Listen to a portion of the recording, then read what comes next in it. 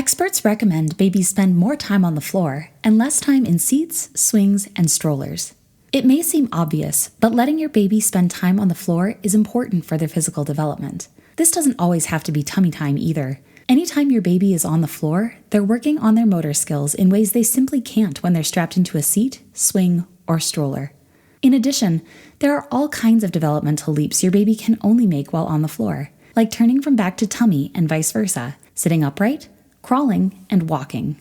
According to pediatric occupational therapist Fiona O'Farrell, babies who have not spent enough time engaging in tummy time or who have sat for long periods in bouncer seats or car seats may tend to have a delay in crawling and often go straight into standing. When this happens, your baby is not getting sufficient opportunities to develop the muscles which are required to enable crawling.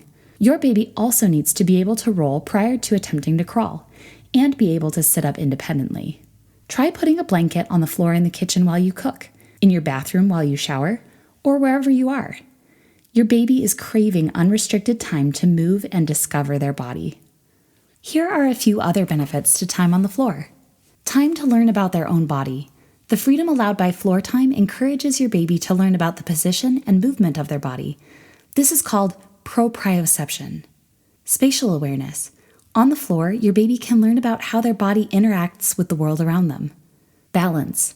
Babies learn so much about balance when they're allowed free rein on the floor. Proper skull development. Too much time in a reclined position can lead to issues with skull shape.